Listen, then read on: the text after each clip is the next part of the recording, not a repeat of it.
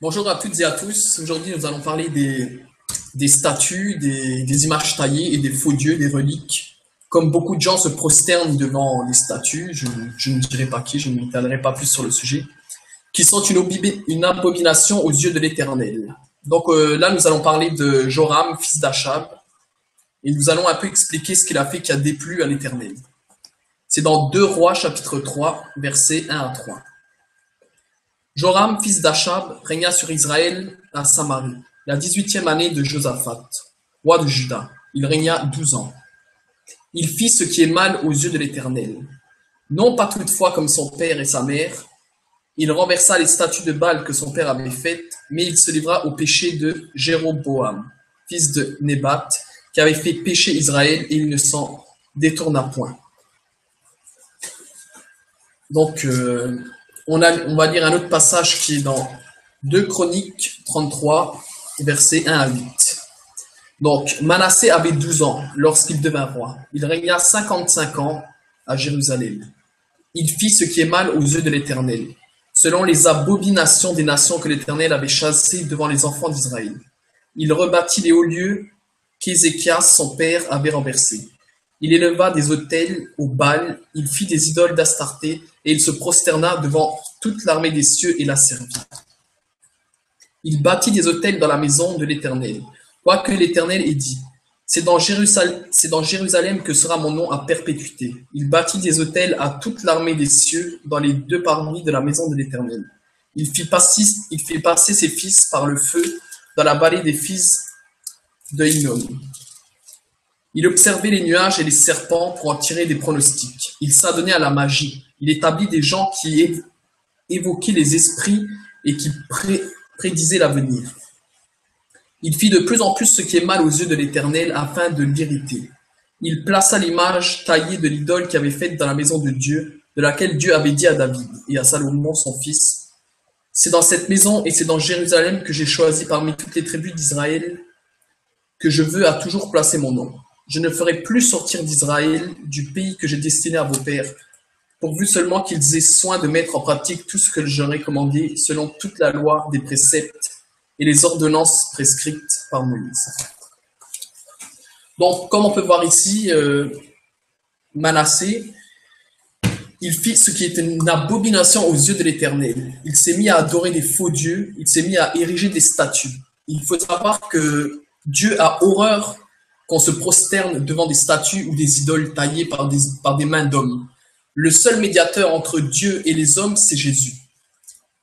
On ne doit pas donc servir ou se mettre à adorer ou avoir une quelconque conversation ou prière envers des images taillées, des statues, des pendentifs qu'on peut avoir ou adorer. La seule personne qu'on doit adorer et suivre, c'est Dieu. Il nous déconseille aussi, il a horreur de tout ce qui touche à la magie. Donc, tout ce qui est voyance, faux prophètes, les diseuses de bonne aventure ou la magie, ou tout ce qui est abominable aux yeux de l'Éternel,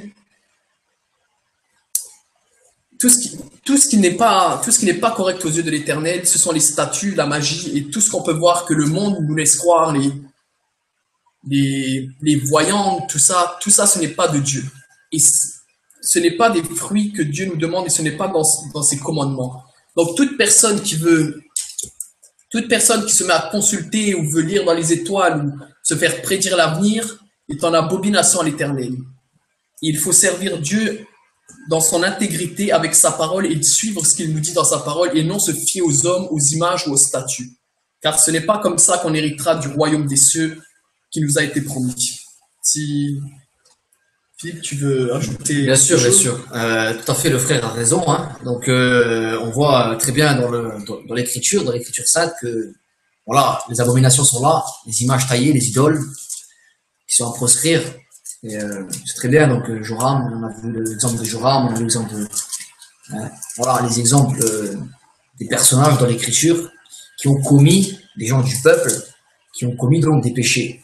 Et même dans Exode chapitre 20, il est dit, tu ne te feras point d'image taillée ni de représentation quelconque, hein, des choses qui sont en haut dans le ciel et qui sont en bas sur la terre et dans les eaux plus bas que la terre. Tu ne te prosterneras point devant elles et tu ne les serviras point. Car moi, l'Éternel le Tout-Puissant, ton Dieu, je suis saint. Voilà. Je suis jaloux. Voilà. C'est un Dieu qui ne veut pas qu'on commence à adorer autre chose que sa sainteté. Un créateur, en tout cas, hein, qui ne veut pas qu'on vienne mettre des images taillées pour dire voilà notre Dieu, etc. Donc, voilà, ce message, c'est simplement pour vous dire que si aujourd'hui vous priez peut-être les saints, peut-être que vous priez des dieux, Bouddha ou je sais pas qui, une image taillée, des statues, voilà, des statues ou des personnages, des saints, des trucs comme ça. Sachez que Dieu n'adhère pas à cela. Dieu n'adhère pas à cela.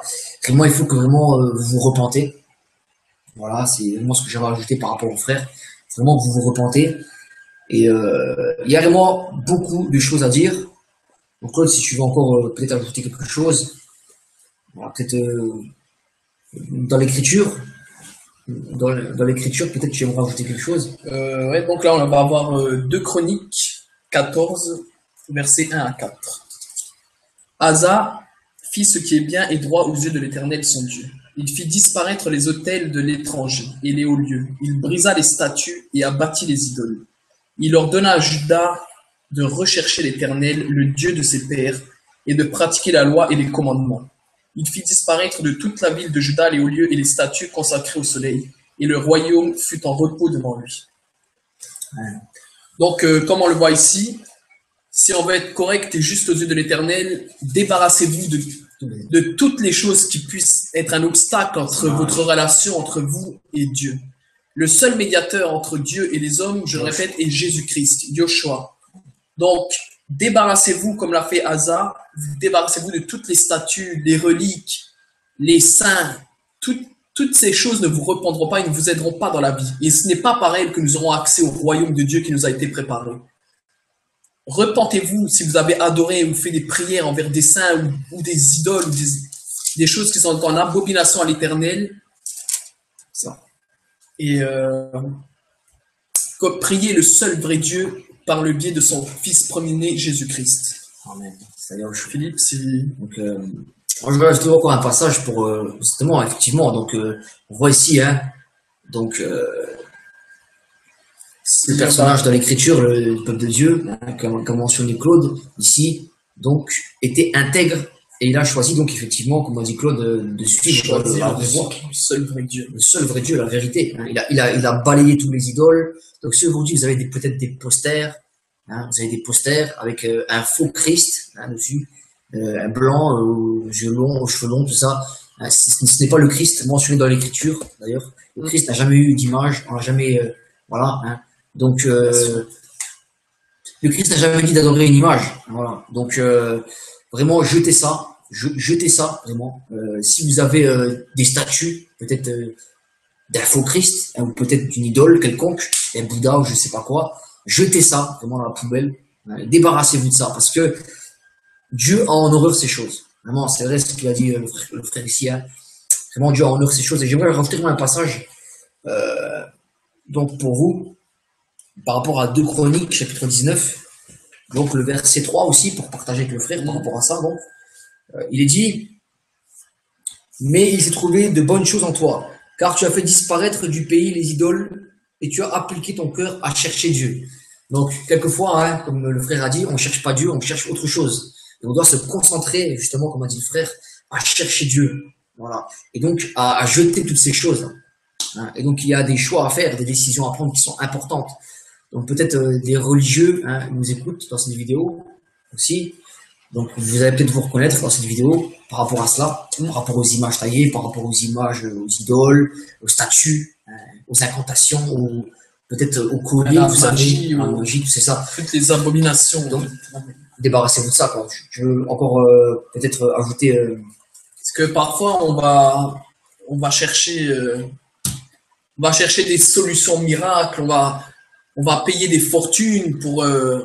qu'on nous prédise l'avenir ou qu'on nous annonce des fausses doctrines, des faux dieux, des choses qui ne sont même pas concrètes, qui ne sont pas réelles, qui sont même souvent conduites par des esprits malsains, alors que des fois, on va chercher loin ce qu'on peut avoir juste sous nos yeux. Et beaucoup de réponses qu'on cherche sont dans la parole de Dieu. Et à travers sa parole, il nous parle. Il parle à chacun de nous différemment. Donc, jetez vos statues, vos idoles, vos posters.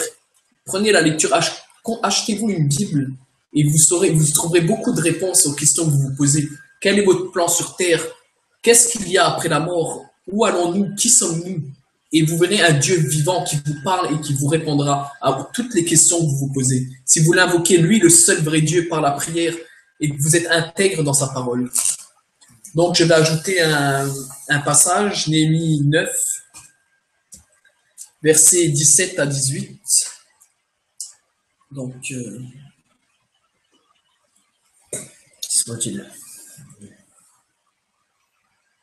mais de 16 à 18, pardon.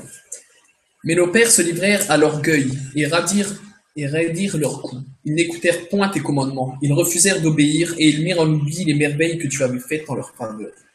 Ils raidirent leurs coups et dans leur rébellion, ils se donnèrent un chef pour retourner à leur servitude.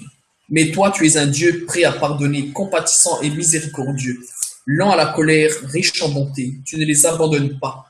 Même quand ils se firent un veau en métal fondu et dirent, voici ton Dieu qui t'a fait sortir d'Égypte, et qu'ils se livrèrent envers toi à de grands outrages.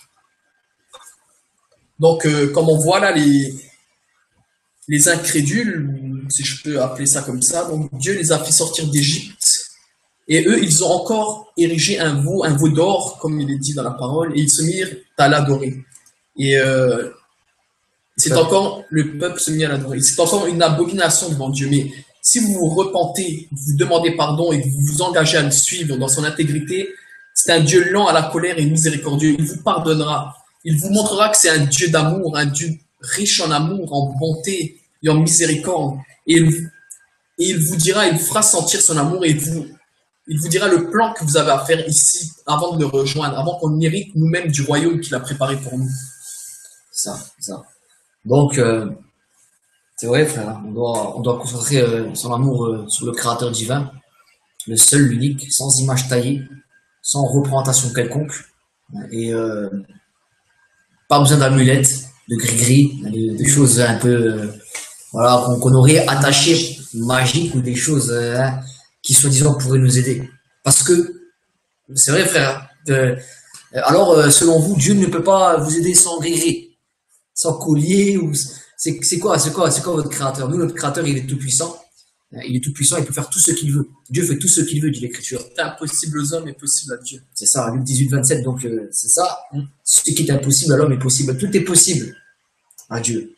Donc si tout est possible à Dieu, vous n'avez pas besoin de toutes ces choses que vous avez chez vous, peut-être des colliers, des bracelets, vous faites vos prières, tout ça. Vous croyez que c'est utile? Non, c'est pas utile. Vous vous attachez à quelque chose qui est vain. Et voilà. Les réponses sont dans l'Écriture. La vérité est dans l'Écriture. Voilà. Donc tout est là. Et le frère a vraiment très très bien parlé parce que quelquefois on s'attache à des idoles. On voit ici le peuple qui a été conduit donc et qui a fait une image de fond, donc le veau d'or, qui a désobéi, qui a transgressé le commandement de Dieu, tu ne te feras point d'image taillée. Donc il dit voici le Dieu que nous connaissons. Et des fois on peut croire que ces images taillées, que ces idoles, c'est notre créateur, mais non, c'est faux. Attention, faites très attention parce que Dieu est un Dieu lent à la colère, mais attention, il est jaloux aussi. Et donc il ne veut pas qu'on se mette à adorer de faux dieux, des images ou des quelconques représentations. Voilà, donc vraiment, si on a que ça à vous dire, c'est vraiment repentez-vous. Si vous avez commis l'ignominie, l'abomination, cette abomination-là, d'adorer une image taillée, une idole, ou de prendre des reliques, des trucs, des colliers, des choses comme ça, où vous croyez que cela va vous procurer la vie éternelle, cela va vous donner quelque chose de supplémentaire, sachez que cela est faux, cela est une invention par les hommes. Voilà. Et moi, j'aimerais rajouter vraiment un passage au frère, parce que j'ai vu qu'il a très bien parlé à propos de ça. Donc, vous voyez, 2 Chroniques, chapitre 24, donc le verset 7. Car l'impie Atalis et ses fils ont ravagé la maison de Dieu et fait servir pour les Baals toutes les choses consacrées à la maison de l'Éternel. Donc ici, on voit qu'ici, à la base, les étrangers aussi, ils ravageaient donc le peuple ils détruisaient le peuple et ils mettaient leurs faux dieux. Ils mettaient leurs faux dieux. C'était des conquêtes, des espèces de croisés religieux, ou je sais pas quoi, des croisades religieuses. Hein, soi-disant, pour eux, c'était des guerres saintes pour eux. Hein. Et donc, ils mettaient leurs idoles, le Baal, etc., donc dans les lieux sacrés du peuple de Dieu. Et aujourd'hui, malheureusement, il y a aussi des sacrilèges, il y a des abominations qui sont perpétrées dans le lieu même qui ne devrait pas être. Hein, des statues, on voit des statues, on voit beaucoup de choses. Éloignez-vous de cela. Voilà ce qu'on a à vous dire aujourd'hui aussi. Éloignez-vous vraiment de cela. Il n'est pas trop tard pour demander pardon et suivre le chemin de la vérité. Le vrai créateur, le seul et unique vrai Dieu, au travers de Yahushua, son fils, il s'est manifesté, promené, il s'est manifesté, voilà. Et aujourd'hui, vous avez cette grâce, vous avez ce privilège aujourd'hui de pouvoir être avec le seul vrai Dieu, le Dieu véritable, qui n'est pas replanté, qui n'est pas taillé, qui n'est pas mis sur un poster, hein, qui n'est pas représenté par une quelconque image ou une statue. Voilà. Donc Exode 20, lisez attentivement Exode 20, vous allez comprendre que vous avez péché devant Dieu. Tu ne te feras point d'image taillée. Sinon le Tout-Puissant aurait dit, alors non, représentez-moi. Voilà, il aurait dit. De toute façon. Mais c'est pas le cas parce qu'il savait. C'est l'inverse. C'est tout à fait l'inverse. Et donc il savait que ça pouvait être grave, quoi. Donc, il savait que ça pouvait nuire et amener les gens à la perdition et adorer des fausses doctrines, des fausses statues, des faux dieux. C'est ça. Donc, même de Chroniques 13.4 aussi nous parle de l'amour que l'on doit avoir pour le Créateur. Donc, si tu veux peut-être lire mon frère. Oui, bien sûr. Du haut du monde. 13.14, excuse-moi. Ah, pardon. 2 Chroniques 13.14. 13.14. Jéroboam l'a pris par derrière au moyen d'une embuscade. Et ses troupes étaient en face de Juda, ceux qui avaient l'embuscade parmi eux. Ceux de Juda s'étant retournés eurent à combattre devant et derrière. Ils crièrent à l'Éternel et les sacrificateurs sonnèrent des trompettes. Voilà. Donc, des fois, on veut crier à l'Éternel aussi, hein, pour demander pardon, pour demander de l'aide. Hein, aujourd'hui, vous devez crier au Tout-Puissant. Vous devez crier vraiment au Tout-Puissant pour qu'il vienne vous aider. Vous devez lui demander pardon. Voilà. Donc faites-le. Hein, les idoles, c'est à proscrire. Il n'y a pas de oui, mais ça parle du Christ. Oui, c'est les saints. Non.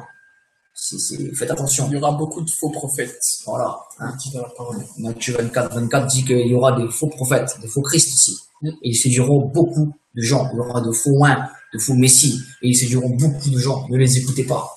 Voilà. Parce que il nous a laissé un trésor qui est l'écriture et toutes les réponses sont là.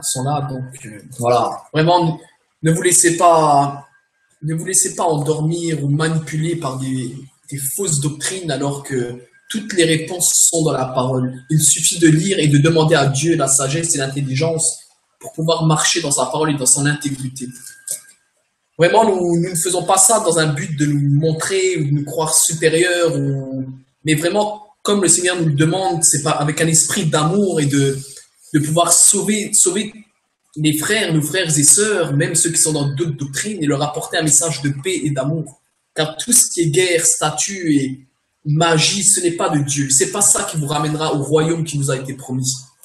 Voilà.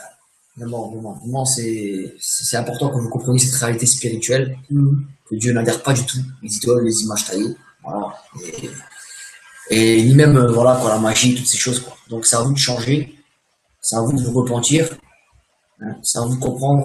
Donc en tout cas, on a fait cette vidéo pour peut-être que ça va peut-être vous interpeller, peut-être que vous allez découvrir quelque chose que vous ne connaissez pas dans cette vidéo.